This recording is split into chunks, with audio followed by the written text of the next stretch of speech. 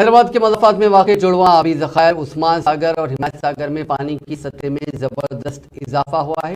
दोनों आबी ज़खायर भर गए हैं। इसके साथ ही आज शाम हिमायत सागर के 2 गेट खुल गए और तकरीबन 700 क्यूसिक पानी को मूसा नदी में छोड़ा गया। हिमायत सागर में पानी की सतह 1763.50 यानी 1763.50 फीट है, जबकि पानी की मौजूदा सतह 1761.20 फीट है। वहीं उस्मान सागर में मुकम्मल पानी की सतह 1790 फीट है, जबकि मौजूदा पानी की सतह 1784.70 फीट है। हिमायत सागर के दरवाजे खोलने के बाद मूसा नदी में पानी के बहाव में इजाफा हो गया। हुक्काम ने मूसा नदी के अतराफ में वाक़ई इलाकों के लोगों को अलर्ट कर दिया है।